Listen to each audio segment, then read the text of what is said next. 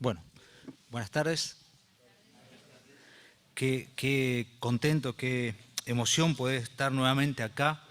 Me siento como en casa y agradecido de poder compartir este tiempo con ustedes. La idea era poder venir con toda la familia. Estamos teniendo un tema de, parece que faringitis. La cuestión es que tengo los 4 hijos con fiebre y dolor de cabeza. Yo por ahora estoy bien, así que si ven que salgo con puño y pongo barbijo es por las dudas, ¿está bien? Y mi esposa, gracias a Dios, no tiene nada. Si ella tuviera, ya está, caemos todos en un problema, un caos total. Así que les agradezco que estén orando y bueno, en todo eso estuvimos preparando este tiempo y pensaba en lo que decía en la última frase, el amor de Dios que siempre está. ¿Cómo dice Mauro la canción, la última frase que decías? Por su amor en mí pensó. Y me vino a la mente que piensa en mí cuando todo está bien, piensa en mí cuando todo no está bien. Dios siempre piensa en mí. Dios siempre es bueno. Depende de nuestra óptica. Dios siempre es bueno. Y nos toca estudiar un texto, se está leyendo continuo, cronológico, que es en el libro de Jueces. Difícil el libro de Jueces, ¿no? Muestra un aspecto oscuro del tiempo de Israel. Va a terminar, no les quiero contar el final del libro porque si no se lo estoy spoileando, pero va a terminar bastante feo, porque la frase es esos epitafios que marcan y definen algo. Y el pueblo va a ir sumando millas para llegar a ese punto. Se van apartando lentamente. Y particularmente en este capítulo 9 del libro de Jueces vamos a ver un hecho que parece hasta horrendo, pero no deja de tener bastante color a tiempos modernos, a tiempos actuales. Vamos a leerlo. Capítulo 9, versículo 1 dice: Abimelec, hijo de Jerobaal, fue a Siquem, a los hermanos de su madre. Cuando leemos Jerobaal, bien, estamos diciendo quién es. Fíjense, busquen por favor acá el capítulo 6, versículo 32. Como ya lo vieron, supongo que ya lo saben, pero lo vamos a refrescar. Aquel día Gedeón fue llamado Jerobaal, esto es, contienda Baal contra él, por cuanto derribó el altar. Y le quedó el mote, el sobrenombre, y lo llamaban Jerobaal. Abimelec, hijo de Jerobaal, fue a Siquem, a los hermanos de su madre, y habló con ellos, y con toda la familia de la casa del padre de su madre, diciendo: yo os ruego que digáis en oídos de todos los de Siquem, ¿qué os parece mejor? ¿Que os gobierne 70 hombres, todos los hijos de Jerobaal, o que os gobierne un solo hombre? Acordaos que yo soy hueso vuestro y carne vuestra. Y hablaron por él los hermanos de su madre en oídos de todos los de Siquem todas estas palabras, y el corazón de ellos se inclinó a favor de Abimelec, porque decían: nuestro hermano es. Y le dieron 70 siclos de plata del templo de Baal Berit, con los cuales Abimelec alquiló hombres ociosos y vagabundos que le siguieron. Y viniendo a la casa de su padre en Ofra, mató a sus hermanos, los hijos de Jerobaal, 70 varones sobre una misma piedra. Pero quedó Jotam, el hijo menor de Jerobaal, que se escondió. Entonces se juntaron todos los de Siquem, con toda la casa de Milo, y fueron y eligieron a Abimelec por rey, cerca de la llanura del Pilar que estaba en Siquem. Cuando se lo dijeron a Jotam, fue y se puso en la cumbre del monte Gerizim, y alzando su voz clamó, y les dijo: oídme, varones de Siquem, y así os oiga Dios. Vamos a detener acá la lectura. Interesante este punto. Y meditaba, para parafrasearlo, cómo una estrategia termina en todo un movimiento político. Abimelec era un hijo de una concubina de Gedeón. Esta concubina está en Siquem, y entre todas las mujeres que tuvo 70 hijos, tuvo también Abimelec. Cuando Gedeón muere, que él había dicho que no iban a gobernar sus hijos ni sus nietos, como le pidió el pueblo de Israel, El pueblo de Israel se fue olvidando de esto, ustedes lo vieron en los versículos anteriores, y llega este momento del escenario. Abimelec algo quiere hacer. ¿Qué pasaba? Al ser hijo de una concubina, ¿cuándo iba a reinar? Tenía que pasar un montón de cosas. Y así como el hijo pródigo pensó en un plan donde la relación con el padre la cortó para poder tener la heredad y sostener el plan de salir y hacer sus planes, él hizo lo mismo. Dijo, ¿cómo voy a hacer para obtener el poder? Si yo soy el número 71, primero delante mío y 70. Entonces empezamos a ver la necesidad de poder de Abimelec. La necesidad de poder basada en el egoísmo. En ese sentimiento personal que compartimos todos. Algunos más, otros menos. Pero todos tenemos ese egoísmo. Algunos luchamos y lo tratamos de mantener a raya porque viene de nuestra naturaleza. Pero otros no. Y Abimelec es un ejemplo. Porque empezó a cruzar líneas una tras otra. ¿Y cómo empezó el plan? ¿Cómo lo dijo? Fíjense con quiénes habló. Fue de donde estaba Siquem. La mamá era de Siquem, la concubina de Gedeón. ¿Y a dónde fue? A los hermanos de su madre y a su pueblo. ¿Y qué les dijo? Yo soy carne de su carne, hueso de sus huesos. Nuestro padre lo van a ver más adelante. Nuestro padre es el que fundó Siquem. Yo soy uno de ustedes. Yo soy igual a ustedes. Yo soy de los fundadores. Yo soy los que empezó. Yo soy de acá. Yo no soy como él o sus hijos. Yo soy de acá, de esta tierra. Y ahí empezó una conquista y después empezó una conquista mental. Y después empezó un cabildeo. En otro país lo llaman lobby, pero acá le llamamos cabildeo. ¿Cómo? Le habló a los hermanos de su madre, de otro padre seguramente, y ellos empezaron a hablar a todo el pueblo, a decirle, votemos por Abimelec, votemos por Abimelec, votemos por Abimelec. O sea, el proyecto de Abimelec era bueno.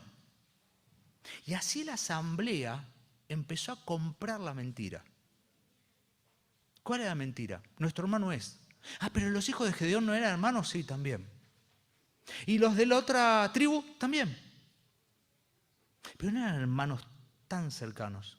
Y ahí se paró, en esa pequeña fisura, para conquistar. Y avanza un poco más y dice, le dieron 70 ciclos de plata del templo de Baal-Berit. Le sostuvieron toda la revuelta con dinero de idolatría. Aparece también el dinero. Se junta primero el egoísmo. Con el egoísmo busco el poder. Con el poder busco gente. Con la gente, ¿qué conquisto? Corazones. Implanto ideas. ¿Pero después qué necesito? Dinero.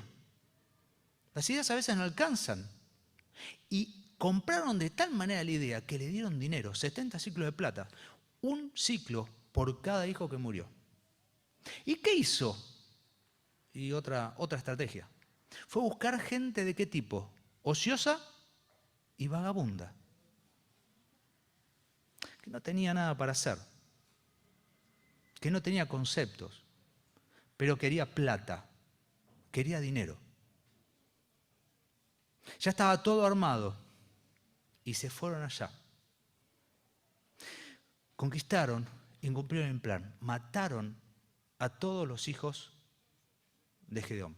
Los 70, no, los 69. ¿Por qué? Porque escapó ¿quién? El menor. Otra vez el menor solucionando, ¿no? David era el menor de los hermanos de Isaí. Ahora otra vez el menor solucionando. Varias veces el menor resuelve algo. Acá el menor de vuelta escapó, logró escapar. Y qué detalle no menor. Porque podría haber escapado, salvado su vida y se iba a otra punta. Todo esto pasó, si ustedes buscan en el mapa, si googlean un poquitito los puntos, son relativamente cercanos. Hay una distancia corta entre unos puntos y el otro. Cuando está Gerizim, está cerca de Siquem. Está en esa zona. ¿Y él qué hizo? Cuando todo el plan estaba hecho, los hijos estaban muertos, ya no quedaba más nadie que él, y lo querían como único rey, porque era carne de su carne, era nuestro hermano, En ese momento de que lo mencionaron como rey, ¿qué hizo? Se paró en ese monte. Qué loco, ¿no? ¿Cuántas palabras tenemos nosotros los argentinos para definir eso? Estás en un partido de fútbol, qué garra que tiene, se dice otra cosa, pero qué garra que tiene, ¿no? Pararse en el monte. Claro, tomó una distancia como para que no lo agarren. Pero hay que pararse en el monte y decir lo que dijo, solo, por más que esté la distancia. ¿Cuánto valor hay que tener para cuando todos están confabulados decir la verdad de Dios? Cuando todos están equivocados, pararse solo y decir la verdad de Dios. ¿Cuánta presencia de Dios hay que tener? ¿Cuánto temor de Dios hay que tener? ¿Cuánto conocimiento de Dios hay que tener para pararse en la ladera de un monte o en el pico de un monte y decir la voz de Dios? Miren, una sola vez en todo el texto menciona a Dios, pero fíjense cómo lo dice, es interesante. Así os oiga Dios. Porque ahora vamos a ver que Jotam los desafió. Primero le contó una parábola, pero después los desafió. Y me quedo interesante porque vamos a leer un detallecito, ¿no? Porque todo esto que está pasando es un ciclo que suele repetirse en esta época. Y ya está avisado. Y en el Nuevo Testamento. Fíjense 2 Pedro 2, 1 al 3. ¿Alguien que lo tenga lo puede leer en voz alta? 2 Pedro, capítulo 2, 1 al 3.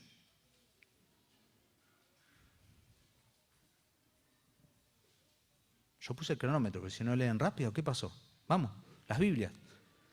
Pero hubo también falsos profetas entre el pueblo, como habrá entre vosotros falsos maestros, que introducirán encubiertamente herejías destructoras, y aún negarán al Señor que los rescató, atrayendo sobre sí mismos destrucción repentina. Y muchos seguirán sus disoluciones, por causa de los cuales el camino de la verdad será blasfemado. Y por avaricia harán mercadería de vosotros con palabras fingidas. Sobre los tales, ya de largo tiempo la condenación no se tarda y su perdición no se duerme. Esto es el Nuevo Testamento, muchos años después. Pero el ciclo va a ser igual. El próximo viernes van a ver cómo termina esta historia. Hoy está el desafío, hoy está el anuncio, y hoy ¿qué se dice? Esto está mal. Esto está mal. Pero los tiempos de Dios se cumplen y lo vamos a ver al final. Y ustedes lo van a ver el viernes que viene. No quiero, pobre, sacarle al hermano que va a tener el mensaje. Pero van a ver que así sucede. Y esto sucede también hoy en la iglesia. Hay personas que tienen formato de cristiano, nombre de cristiano, estructura de cristiano, apariencia de cristiano y hacen mercadería de los verdaderos cristianos. Y funciona con una estructura similar a esta. ¿Cómo te hablan? ¿Dónde te hablan? Te hablan en casa, te hablan en la parrilla, te hablan en el parque. No hablan en el medio de la congregación, hablan aparte. ¿Y qué te dicen? Somos sangre, somos hueso. ¿Vos te parece tener las mismas autoridades? ¿Te parece que esto está bien? ¿Te parece que así funciona? Y te van hablando al corazón. ¿Y qué hacen? Implantan una idea. Y van marcando pasos de destrucción. El texto lo decía claro y ustedes lo van a ver la próxima. La destrucción llega. Y la destrucción va a llegar a todo el que trata de dividir la iglesia de Dios. Porque está profetizado y porque los años así lo marcan. Pasos de destrucción. La visión comienza con el egoísmo. La ambición de poder, ¿dónde comienza? En el egoísmo. En que quiero satisfacer esto que tengo adentro. ¿Qué es el egoísmo? El egoísmo es la palabra egoísmo ya te lo marca, es el excesivo amor a uno. Ego es yo, ismo es pensar para mí. Claro, cuando uno dice sos egoísta o alguien es egoísta o decir la palabra egoísta es como... Pero cuando yo no pienso, por ejemplo, en el otro antes que yo, lo cual está ya en la Torá. ¿Qué dice? Amarás al Señor tu Dios con todo tu corazón. Y después el segundo, ¿cuál es? A tu prójimo. ¿Y dónde llego yo? Estás en el matrimonio, 1 Corintios 7. ¿Y qué dice? Amarás a tu esposa. ¿Y yo? ¿Dónde quedo? Dios nos salvó para buscar y amar al otro. Y en el Espíritu de Dios podemos contrarrestar, vencer en la carne el egoísmo. Pero cuando le damos lugar, separamos, dañamos y nos autosatisfacemos. El egoísmo es la ambición que va construyendo. ¿Y qué pasa? Uno piensa en sí. Romanos 12:3. ¿Quién lo lee? Es casi de memoria ese, ¿no?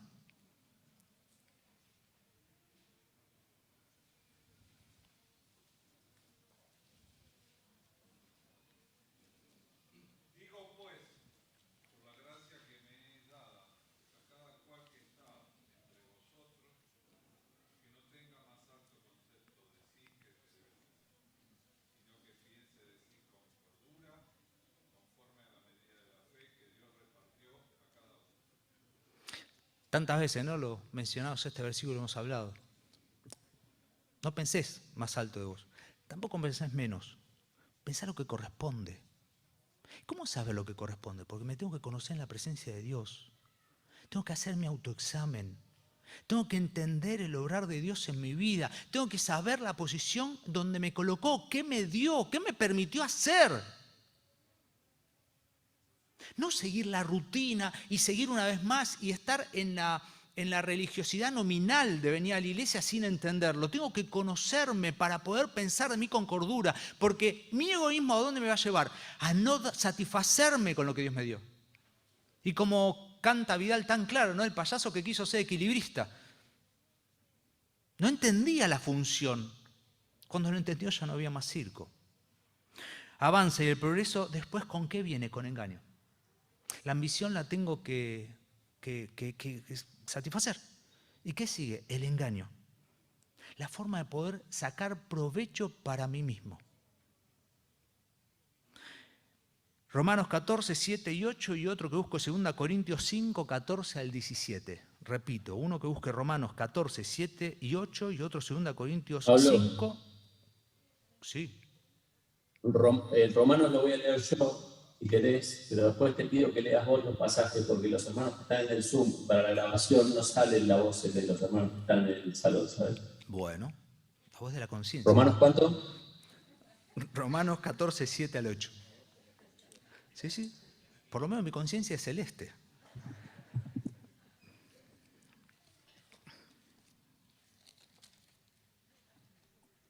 Bueno, ahí leo Romanos 14, 7 y 8. Porque ninguno de nosotros vive para sí y ninguno muere para sí. Pues si vivimos para el Señor vivimos y si morimos para el Señor morimos. Así pues, sea que vivamos o que muramos, del Señor somos. 2 Corintios, porque el amor de Cristo nos constriñe, pensando esto, que si uno murió por todos, luego todos murieron, y por todos murió, para que los que viven ya no vivan para sí, sino para aquel que murió y resucitó por ellos, de manera que nosotros de aquí en adelante a nadie conocemos según la carne, y aún así a Cristo conocimos según la carne, ya no lo conocemos así, de modo que si alguno está en Cristo, nueva criatura es. Las cosas viejas pasaron, y aquí todas son hechas nuevas. No solo tengo que empezar en el otro, sino archivar el currículum. Olvidarnos. Porque Cristo lo perdonó y yo lo tengo que perdonar. La misión progresa y ¿qué hago? Saco provecho para mí. ¿Y cómo culmina? En crueldad. Estoy dispuesto hasta matar, como hizo Abimelech, para satisfacer el poder. ¿Y el hermano mata? Y puede ser que el hermano en vez de matar divida, termina matando. Pero el que llama fatua a su hermano, lo está matando. Fíjense lo que dice Santiago 4, 1 al 2. Y como dijo en mi conciencia, lo voy a tener que leer yo. Yo quería que leyeran ustedes. Están esperando que me ayuden, se me gasta la garganta. Bueno. Santiago 4, 1 al 2. ¿De dónde vienen las guerras y los pleitos entre vosotros? ¿No es de vuestras pasiones, las cuales combaten en vuestros miembros? Codiciáis y no tenéis. Matáis y ardéis de envidia. Y no podéis alcanzar. Combatís y lucháis, pero no tenéis lo que deseáis, porque no pedís. Y Santiago le está hablando a creyentes. El egoísmo es tremendo, es el antivalor. Está asociado al individualismo. Pero esta destrucción, ¿a dónde se puede plasmar en el egoísta? Y puede romper muchas cosas. Nosotros acá estamos hablando de destruir la iglesia, pero puede destruir un matrimonio. Porque piensa para sí. Decíamos 1 Corintios 7, ¿no? Yo ya no tengo potestad sobre mi cuerpo, sino tengo potestad sobre el cuerpo de mi mujer. Y la potestad de mi cuerpo lo tiene mi mujer. Y leí un comentarista que decía, yo lo pensaba en el sentido de lo importante de yo poder ver a través de los ojos de mi esposa. Pero el comentarista veía otra cosa y dice, si yo no tengo la potestad sobre mi cuerpo, yo ya no puedo satisfacer los deseos como quiero, por ejemplo, con otra mujer. Porque la potestad, la dueña de este cuerpo, es ella. Puedo dañar una familia por el egoísmo. Puedo dañar amistad y puedo dañar una iglesia. Puedo dividir una iglesia por el egoísmo. Vamos a avanzar porque vuela el tiempo. Antes de leer la parábola, gracias a Dios por los Jotam, que se paran a veces en un púlpito, a veces en la consejería de una casa, a veces en una plaza y te dicen la voz de Dios. ¿Y saben cómo sabemos que es la voz de Dios? Porque si sos salvo, el Espíritu te lo dice, te lo marca, te lo dice a la conciencia. Y que te dice, eso es verdad. Eso está bien. Pero va a luchar con el egoísmo. Va a pelear. Y ahí está como dice Santiago 1:14, ¿no? Cada uno es tentado cuando su propia concupiscencia está atraído y seducido. Y va a estar la lucha entre si hago lo que está bien o satisfago mi egoísmo. Vamos a entrar a la parábola. Dice en la parábola, la leemos primero. Fueron una vez los árboles a elegir rey sobre sí, y dijeron al olivo, reina sobre nosotros. Mas el olivo respondió, ¿he de dejar mi aceite, con el cual en mí se honra a Dios, y a los hombres, para ir a ser grande sobre los árboles? Y dijeron los árboles a la higuera, anda tú, reina sobre nosotros. Y respondió la higuera, ¿he de dejar mi dulzura y mi buen fruto para ir a ser grande sobre los árboles? Dijeron luego los árboles a la vid, pues ven tú, reina sobre nosotros. Y la vid le respondió, ¿he de dejar mi mosto que alegra a Dios y a los hombres para ir a ser grande sobre los árboles? Dijeron entonces todos los árboles a la zarza, anda tú, reina sobre nosotros. Y la zarza respondió a los árboles, si en verdad me elegís por rey sobre vosotros, venid, abrigaos bajo de mi sombra, y si no, salga fuego de la zarza y devore a los cedros del Líbano. Llegó el mensaje. Interesante. ¿Cuántos la habían leído esta parábola? Pocos. Así de lectura de primera vista, de la primera lectura, ¿qué les parece? ¿Qué se ve rápido? Estos tres primeros árboles, ¿qué están simulando? Sí, árboles, uno es arbusto, pero bueno. Estos tres primeros, ¿qué está simulando? ¿Qué está diciendo? ¿Qué está enseñando? Y que se conoce. No solo que conoce el fruto que da, sino lo que produce, cómo ejercita ese fruto. Tienen claras las consecuencias, la responsabilidad y el tiempo que le demanda esto. Tiene una tarea para hacer clara, delimitada, y tiene que pensarlo muy bien para poder hacer otra, porque sabe lo que Dios le dio. Cada uno de los árboles hay un texto, yo marqué en mi Biblia, ¿no? Cómo Dios utiliza el aceite de olivo en sacrificios, en un montón de cosas. Y cómo es en el hombre, cómo el higo y la pasta, la masa del higo, ahí vemos esa curación de esa llaga en Ezequías. Y el vino, todo lo que se usa. Pero tenían claro, ahora, ¿qué es la zarza? Un arbusto. Según algunos, yo estoy buscando porque desconozco mucho de botánica, Uno dice que es la zarza y está la zarzamora. Yo lo que busqué de la zarza, quizás es la zarzamora y es el único fruto que tiene, de la zarza es que tiene espinos, que las ramas crecen muy rápido, que apenas tocan la tierra pueden echar de esa rama raíz para seguir creciendo y que hacen como muros. Entonces eso los defiende del avance de otros árboles y de fieras. Pero no tiene más que eso. Lindas flores, quizás son altas, pero no tiene más que eso. Pero también tiene un tema, por eso decía fuego salga. La zarza seca se quema enseguida. ¿Recuerdan la zarza de Moisés? No era llamativo que estuviera encendida. ¿Qué era lo llamativo? Que no se consumía. Que ahí ese fuego salga de la zarza.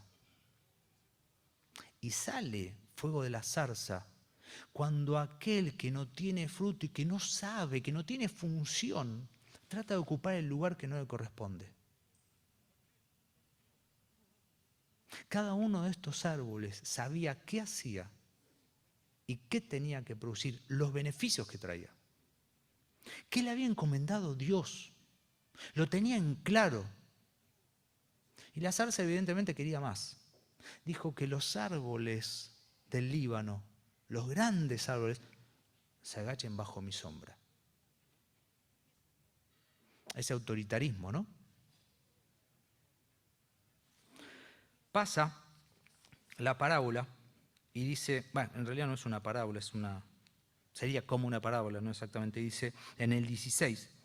Ahora pues, les dice Jotam a todo el pueblo de Siquem, y acá está el desafío, donde ellos tienen que decir, oiga Dios, ahora pues, si con verdad y con integridad habéis procedido en hacer rey a Abimelec, y si habéis actuado bien con Jerobbaal, con su casa, y si le habéis pagado conforme a la obra de sus manos, porque mi padre peleó por vosotros y expuso su vida al peligro para liberaros de manos de Madián, y vosotros habéis levantado hoy contra la casa de mi padre, habéis matado a sus hijos, 70 varones sobre una misma piedra, y habéis puesto por rey sobre los de Siquem a Abimelec, hijo de su criada, por cuanto es vuestro hermano. Si con verdad y con integridad habéis procedido hoy con Jerobbaal y con su casa, que gozáis de Abimelec y él goce de vosotros.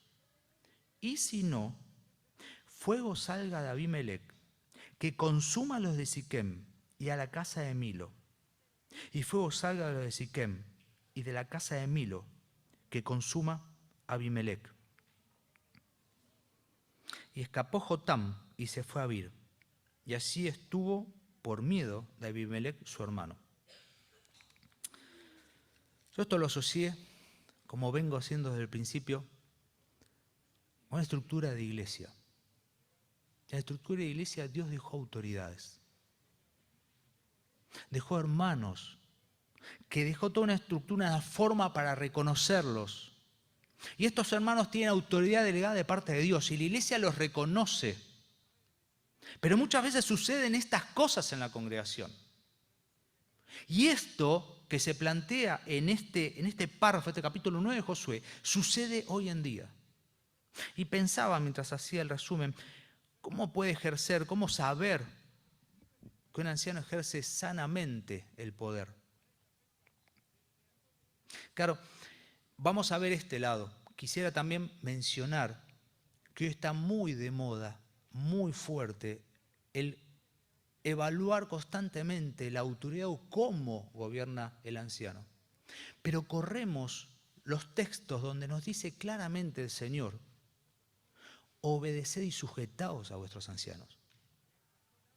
Claro, si vamos al texto, la palabra que habla, que en ambas palabras dice, de la forma de que lo ejercen el ancianato, yo me sujeto y obedezco. Pero en ningún momento dice que si lo ejerce mal yo no me obedezca, no obedezca y no me sujete. Porque la frase, ¿cómo empieza? Sujetaos y obedeced. Es un mandamiento. En la misma forma que dice a los hijos, obedeced a vuestros padres, en los términos del Señor. Pero es un montón. No importa si papá es creyente o no es creyente. Hijo, obedeced a vuestros padres. Y son mandamientos que Dios da. Como amarás a tu prójimo como a ti mismo. Pero ¿cómo saben que ejerce una buena autoridad delegada por Dios? Primero, glorifica a Dios cuando ejerce el gobierno, glorifica a Dios, no se glorifica a sí mismo. Miren, hoy es fácil sacar fotos y hacer publicidad de los, permítanme decirlo políticamente, ¿no?, que estamos a días, de los actos de gobierno. Había un hermano, vamos a decir que fue en África, así nadie lo conoce, pero había un hermano que iba a iglesias donde había, por ejemplo, una banda, y como, por ejemplo, él hablaba, sacaba fotos y mandaba al país donde le ofrendaba y decía: el ministerio que estoy desarrollando en esta iglesia con la banda de... Es fácil hoy hacer publicidad y echarse la gloria a uno.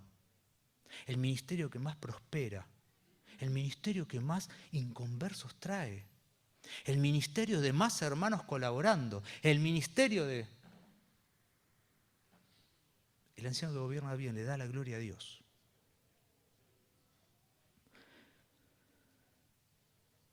Cuando hace la voluntad de Dios al gobernar, no busca su propia voluntad. Obviamente tiene autoridad delegada y tiene el gobierno. Están los dones de presidir y administrar para ser utilizados. Y nosotros nos tenemos que sujetar. Pero no lo hace para fines de su propia voluntad, para decir yo quiero hacer esto, sino que está en temor buscando la voluntad de Dios. Como dijo aquella vez Ferace cuando vino, pretende venir de parte de Dios. Y así habla, así predica, y así aconseja. Y tenemos que orar para que nuestros ancianos tengan el tiempo para buscar la voz de Dios. No que lo estemos llenando de problemas menores o prácticos o de la cocina. Que estemos nosotros resolviendo los temas prácticos de la cocina.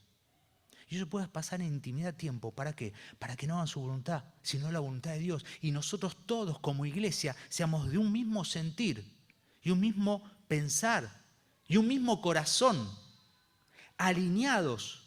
No que todos sean iguales, una réplica, sino que cada uno como es, con su capacidad, con su talento, pero alineados, como la iglesia primitiva. Capítulo 2 y capítulo 4. Y cada uno busca el bien del prójimo al ejercer el gobierno. No busca su bien, busca el bien de todos. Entonces cada acción, aun cuando tiene que deponer o retar o disciplinar a aquel hermano que está trayendo un problema, pero es tan querido, es tan amado, lo conocemos desde bebé, pero tiene que poner los puntos. Aún así es por el bien de la iglesia. Hermanos, estamos viendo, tuve que estudiarlo para dar en el instituto, o sea, volver a estudiar, el tema de la disciplina. Cuando se ejerce la disciplina en la iglesia, se ejerce el amor. ¿Cuál es el propósito? El propósito no es sacar al hermano.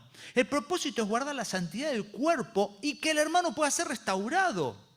Obvio que es necesario que el hermano entienda, se arrepienta, reconozca para empezar el proceso de restauración. Pero la disciplina inmediatamente, cuando está estas partes del lado del que lo hizo, tiene que empezar el concepto o el proceso de restauración para que vuelva a su lugar plenamente, mejor que antes. Pero qué feo es cuando el que la tiene que ejercer lo hace. Hermanos, tenemos que estar alineados también. Y entender que no busca su propio bien, sino el bien de la congregación. Avanzando porque ya son 31 minutos. ¿Tenemos responsabilidad cuando reconocemos a estos hermanos? Sí. Muchísima. Muchísima. La palabra marca por lo menos 19 a 20 cosas que hay que examinar. Tito, Timoteo y 1 Pedro. Y cada uno tiene que ser responsable de conocerlas y poder verlas. No estamos buscando impecabilidad en los ancianos. Estamos buscando que las cumplan, que en su vida haya una práctica, un caminar de esta manera, que uno examine el tiempo hacia atrás y vea esto. No que lo busque porque es del mejor equipo del mundo, de Boca, ya que queda grabado. No sé si Conciencia va a estar de acuerdo. Sí, dividí las aguas. Pero no puedo decir, sí, es mi anciano porque es de Boca. Es mi anciano porque me visita.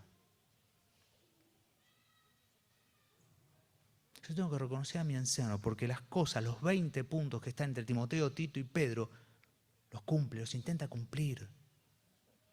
Los trata de vivir. ¿Qué más?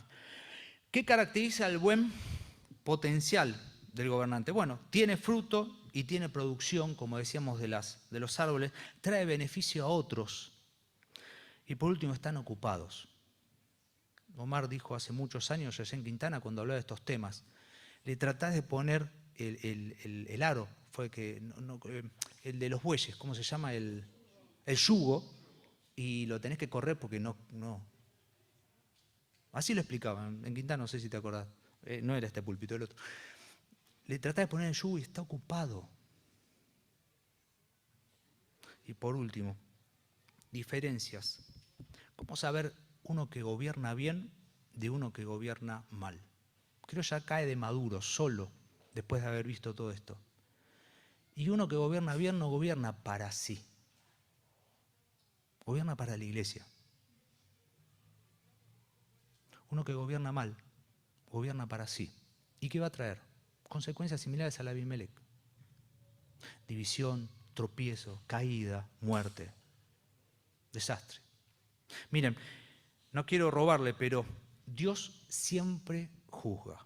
Si van al versículo 56 y 57 de este capítulo, sucedió. Fíjense, lo voy a leer por motivo de conciencia. Dice: así pagó Dios a Abimelec el mal que hizo contra su padre, matando a sus 70 hermanos, y todo el mal que los hombres de Siquem lo hizo Dios volver sobre sus cabezas. Y vino sobre ellos la maldición de Jotam, hijo de Jerobal.